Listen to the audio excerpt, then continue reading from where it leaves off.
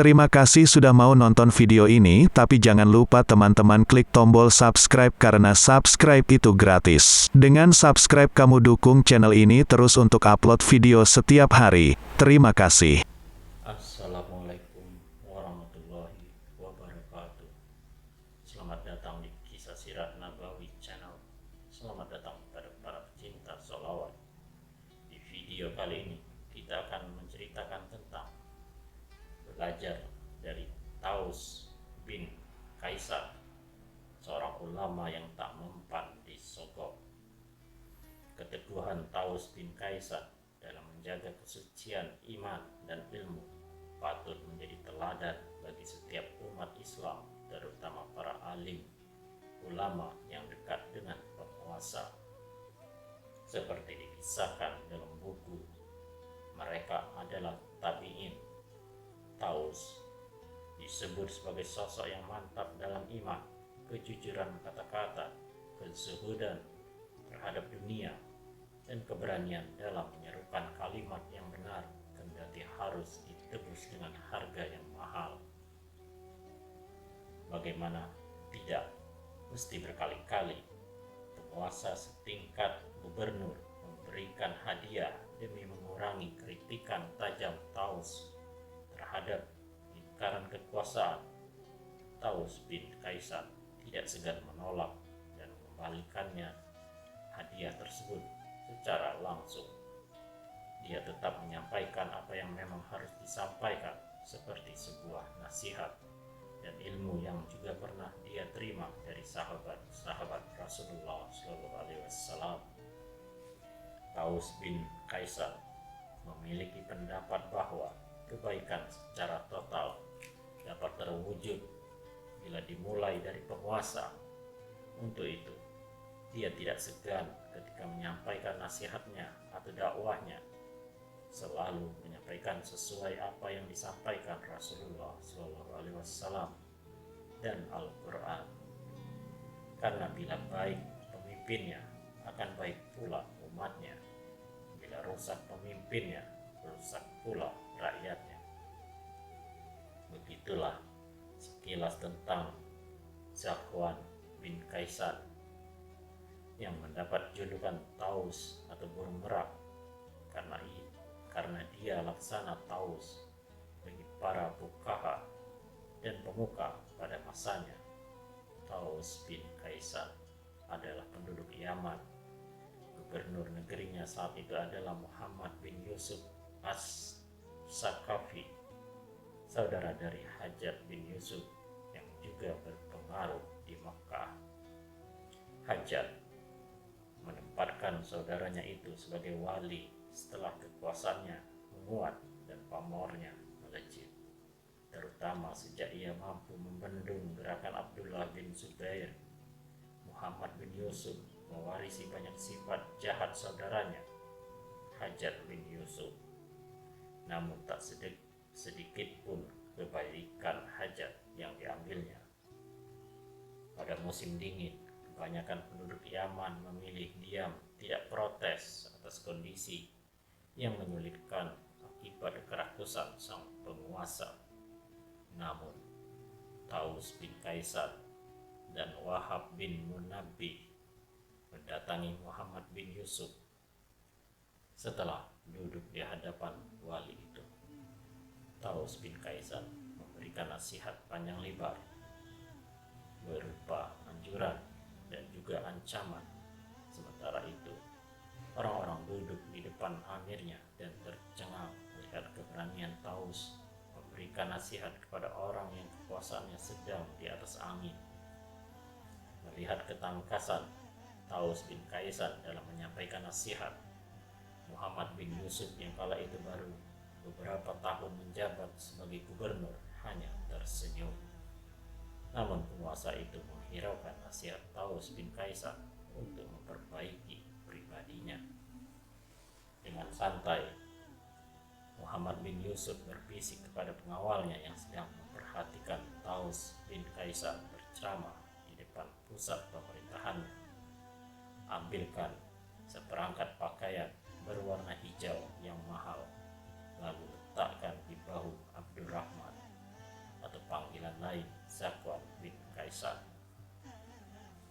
Setelah menyerukan kepada pengawalnya, Muhammad bin Yusuf bergumam, setelah ini kau akan diam, kata Muhammad sambil menyunggingkan bibirnya. Ternyata benar, pengawal itu segera melaksanakan perintahnya. Dia mengambil seperangkat pakaian warna hijau yang mahal, lalu dia meletakkannya di atas bahu Taus bin Kaisar. Akan tetapi, Taus bin Kaisar terus saja melanjutkan nasihatnya. Bukan karena cara memberinya yang tidak sesuai kehendak Taus bin Kaisar, tapi tekadnya untuk mengajak penguasa zalim kembali ke jalan yang benar. Ketika itu, Taus bin Kaisar merasa ada beban bertambah di antara pundak kanannya. Namun ia tidak menghiraukannya. Dia sadar dari wanginya kalau itu adalah sebuah pemberian dari untuk menghentikan dakwahnya. Namun perlahan tapi pasti, di tengah ia sedang semangat berbicara, sesekali diselingi dengan menggoyangkan bahunya secara halus hingga akhirnya jatuhlah pakaian tersebut. Setelah itu dia berdiri dan beranjak dari tempat itu. Muhammad bin Yusuf tersinggung menyaksikan hal tersebut. Wajah dan matanya berangsur memerah, namun dia tidak berkata apa-apa. Sementara itu, Taus bin Kaisar dan Wahab sudah berada di luar majelis. Wahab berkata kepada Taus bin Kaisar, "Demi Allah, sebenarnya kita tidak perlu membuat dia marah kepada kita.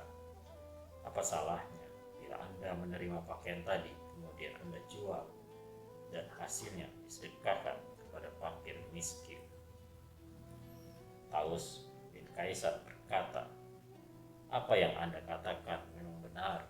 Jika aku tidak mengkhawatirkan para ulama setelah kita berbicara, kami akan mengambil seperti Taus bin Kaisar, yakni menerima pemberian penguasa.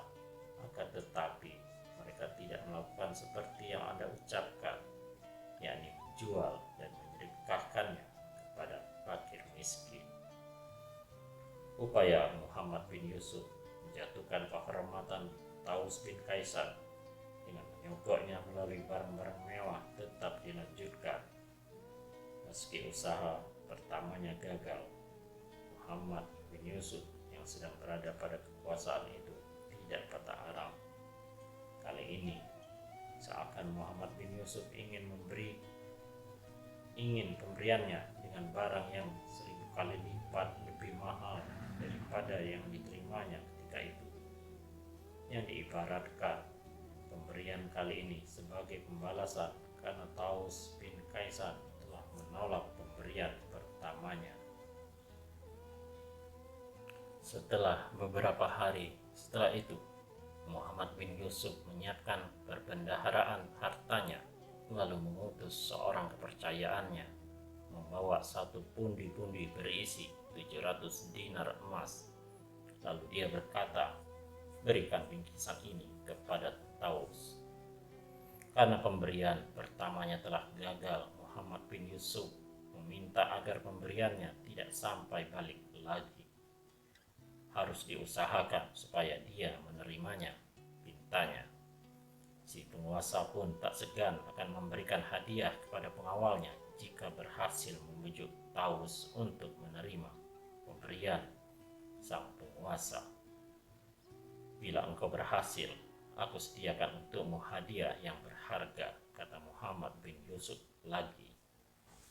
Dengan wajah riang gembira dan penuh keyakinan akan menerima hadiah dari sang gubernur, utusan yang mendapat perintah itu langsung berangkat dengan membawa hadiah tersebut ke tempat kediaman Taus bin Kaisar.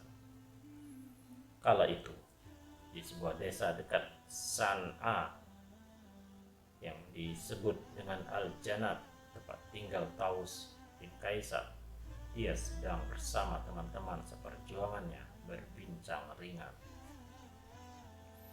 Setelah memberi salam kepada orang-orang yang ada di dekat Taus bin Kaisar, utusan itu berkata, "Wahai Abu Abdurrahman, ini ada nafkah dari Amir untuk Anda."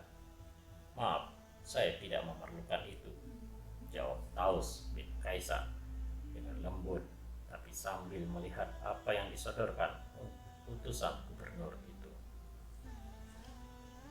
Meski sempat melihat barang yang disodorkan ke hadapannya, Taus bin Kaisar tidak membuka bungkusan itu. "Coba lihat dulu, wahai Taus, siapa tahu satu saat kamu membutuhkannya," kata utusan itu sambil merayunya. Segala kata dalam rayuan sudah utusan gubernur itu keluarkan. Cara-cara juga sudah ia lakukan, namun hasilnya tetap nihil. Pemberian itu tidak berhasil Taus terima. Taus bin Kaisar tak memberikan reaksi apapun. "Silakan ambil barang ini sebelum saya berlaku tidak adil," katanya. Karena sang gubernur sudah mengancam dari awal jangan sampai pemberiannya itu kembali lagi, akhirnya utusan itu mencari kesempatan Taus bin Kaisar lengah. Secara diam-diam dia taruh pundi-pundi itu di salah satu sudut rumah Taus bin Kaisar. Setelah itu dia pun kembali dan melaporkan kepada Amir. "Wahai Amir, Taus telah menerima pundi-pundi itu." Betapa senangnya Amir mendengar berita itu, namun dia tak berkomentar sedikit pun. Dia berpikir bahwa Taus bin Kaisar pasti telah membelanjakannya untuk keperluan macam-macam dan habis. Disinilah upaya balas dendam untuk mempermalukan Taus bin Kaisar dimulai. Beberapa hari setelah itu, sang gubernur itu mengutus 2 orang dan diikuti pula oleh utusan yang membawakan hadiah untuk Taus.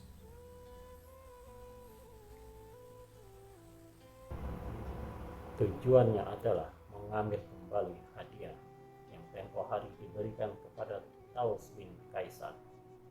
Agar tidak ketahuan kelicikannya, sang gubernur meminta utusannya untuk berkata bahwa utusan Taus dahulu keliru menyerahkan harta itu kepada Anda. Sebenarnya harta itu untuk orang lain, katanya.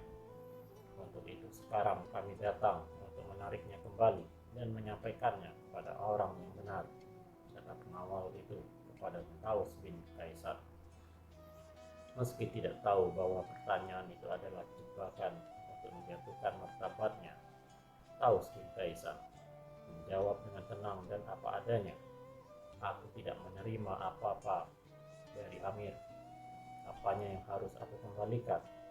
Namun kedua pengawal itu bersikeras dan meminta Taus segera mengembalikannya. "Tapi Anda telah menerimanya," katanya lagi.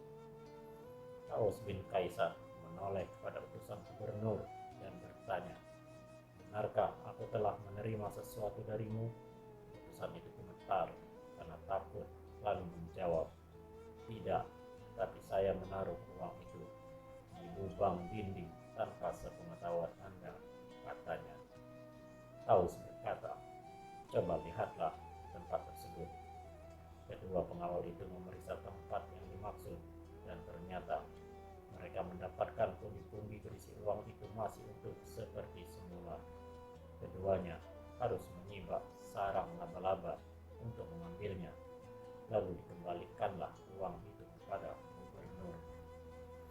Peristiwa Taus bin Kaisar telah dizalimi oleh gubernurnya itu diceritakan kepada Hajjaj bin Yusuf ketika berada di Mekah untuk menunaikan ibadah haji.